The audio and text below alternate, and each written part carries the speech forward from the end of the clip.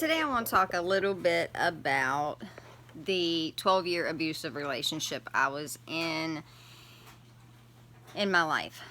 The guy I was with, I was friends with him before I ever got romantically involved with him. We were actually the best of friends. We did a lot together. This was back when I was drinking a lot too, so we partied a lot together. We actually became romantically involved after we were friends. I went through a divorce with my ex-husband, and shortly after that, he went to prison. We were just friends at this point. He went to prison, and I, was there for him the entire time he was in prison. When he got out of prison, we became romantically involved and became very serious. He was out for about 6 years, I believe it was, and straight, and it went really well. We were very, very close. We actually cut the entire world out except for him and I, and shortly after that he became abusive. He would burn me with cigarettes. A lot of times when he would go to hit me, he would just act like he was going to hit me. He would come really close to my face, like he would throw man punches at me, but he would always stop like this far from my face. When he would throw these punches, he would, full back like a man, just throw back. He held me down in front of Radio Shack one day, and he threw like 30 punches right at my face. I think they had like 6 calls into 911. When the cops arrived, I had sweet tea all over me where he had thrown sweet tea on me. And they asked me, what happened? And I told them nothing. I didn't know why they were there. And they said they had 6 calls into 911. And that, every one of them said that he had me down, acting like he was going to hit me. And he said, I can tell that he never hit you, but, that's still abuse. And I said, they lied. It's not true. I didn't want them to take him to jail. So he gave me a paper on domestic violence, and he told me that is still domestic violence. And this is the way it was every time that he'd get into it. He would do this, He threw a lamp one time, and it slit my whole eye, my face right here. He was mad, and he went like, boom, and hit a table and knocked everything off of it. He never hit me, but whenever he did that, a lamp flew off of it and hit me in the face, and it slit my eyebrow. And I didn't even know until I went into the bathroom, and then there was blood coming down my face, and then I went back in, and I'm like, really? Really? And he's like, I didn't do that. And I'm like, okay, But a lot of times when we would argue, back in the day, I always had a cigarette in one hand and a can of Dr. Pepper in the other. So when I would be smoking and drinking my Dr. Pepper every time. And then a fight would start, and then he'd start yelling at me. And when he would come to throw a punch at me, like when he would, he'd come at me like, ooh, and of course it would scare me.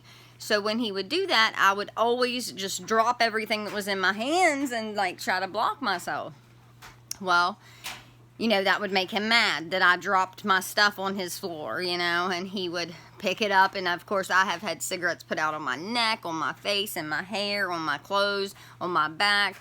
I have had Dr. Pepper, and every time he would throw Dr. Pepper right in my face. He would take it to where the can was open up here, and he would sling it around and just boom, to where it's like coming out, like just going all over me. And he would make it completely gone, and he would throw it all over the place. I would have cleaned it up myself, but, cleaned up the spot where I dropped it. I would have cleaned it up, but he didn't even give me a chance to do that. He would call me terrible, terrible names. The verbal abuse was so bad. He would tell me that he hated me, that I was a whore. I never cheated on him ever. Like, I loved him so much, and I don't know why I stayed, but I did. He hit me one time.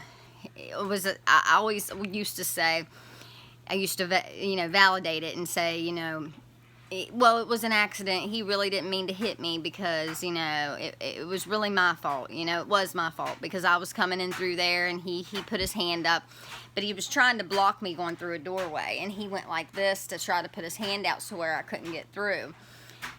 And I ran, I like sped up. So when I come to it, he put his hand out like that, and his palm just hit me right there, and it blacked my face from about right here, clear down below my cheek, clear into my face. Like my whole side of my face was black.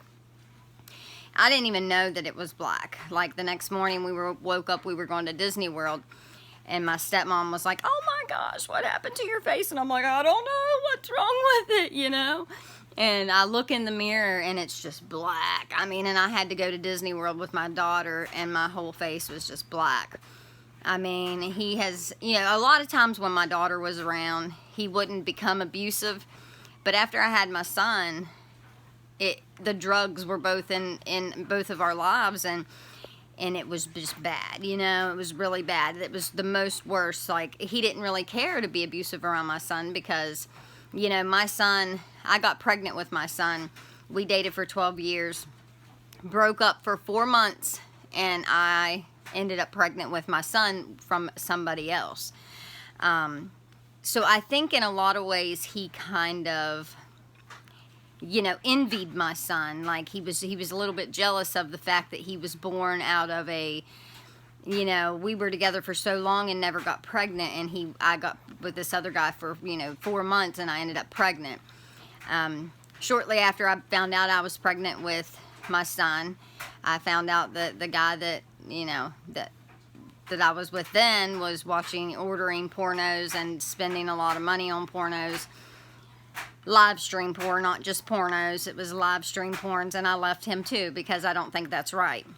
You know, I was traveling several hours to see this guy as he was working, and as soon as I would leave, he was ordering all this live stream porn, and he asked me to borrow money to put in his account because he overdrew his account. This is a different guy, and I gave it to him, but I told him, I said, "I want to see why your bank account is overdrawn, so I want your passwords and stuff."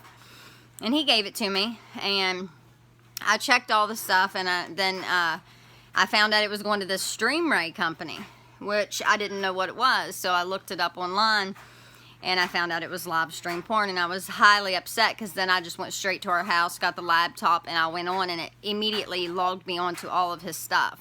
So after I had already just come out of a 12-year relationship with somebody abusive mentally, physically, emotionally, verbally, all of it, whole 9 yards, spiritually, you know, I told him, I said, you know, don't lie to me, don't do that, you know. I mean, all I ask is just be faithful to me. And to me, that was not faithful, you know. I wasn't doing that to him, and so it really hurt me that this new guy was just doing the same exact things, you know. The cheating was terrible with the guy I was with for 12 years. Like, he was always running off on me. Like, he would come, like at the end, he would come to my house and then just disappear for weeks at a time, and then he would come back and just expect that I'm just going to give him some, you know. And it's just not how I roll, you know. I love this guy so much. But anyways, back to the point of my story. So I got with this guy for 4 months, and I ended up pregnant. Now, when I found out he was ordering the live stream porn, we broke up. And I was pregnant with his child, and I went back to my ex. And that's the only guy I was with for the rest of my pregnancy. Now, when I was about 7 months pregnant, this girl kept texting me and telling me, I will fuck your man anytime I want to. You know, he's mine. He loves this pussy. And I'm like, you know what? You know, I'm pregnant over here. And I was like, you know what? And he kept lying and saying, I would never. And he would get on the phone and tell her she's nasty. He would never do nothing with her. Well, when I had my son, I tested positive for chlamydia. So I know that he cheated on me because I was tested at 5 months whenever I was first back with this other guy, with my ex. And I was clean. So I know that somewhere between 5 and giving birth to him, 5 months and giving birth to my son, I know that he cheated on me because I tested positive for chlamydia. Anyways, it's treatable. I treated it. He came to the hospital, tried to get in. I did not allow him to get in. And I was very upset with him for a long time over this. But I know that he cheated on me, and that girl was not lying. But she even said to me at one point, she's like, I'm a 10 and you're a 2. I'm the bomb and you're the stink bomb. And I'm like, how old are you? Seriously, how old are you? Because you act like you're in 2nd grade. Like, that's what you act like.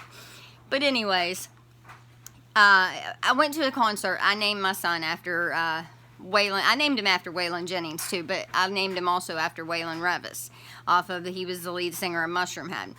And I went to a Mushroom Head concert, and I caught the drumstick. I was pregnant with my son, so that drumstick I was saving for my son to tell him one day. You know, this was the drumstick off of Mushroom Head. You know, I caught it, and and one night Corey and I were arguing about who knows what, and he goes in and he grabs my son's drumstick and he breaks it over his knee, and I put it back together the best that I could, but it's broken completely in half. And that's something that's just, that's hard to forgive, I decided whenever I got sober, they told me that it's best to be single for at least the first year of your recovery. So I thought, you know what, there's no way I'm going to be able to get sober if I don't get away from this man that I've been with for so long. I mean, he's abusive, he'll be out running, and it'll make me want to go do things just to get back at him, and I can't do that. I got to focus on me. So I left him because I was very serious about getting sober.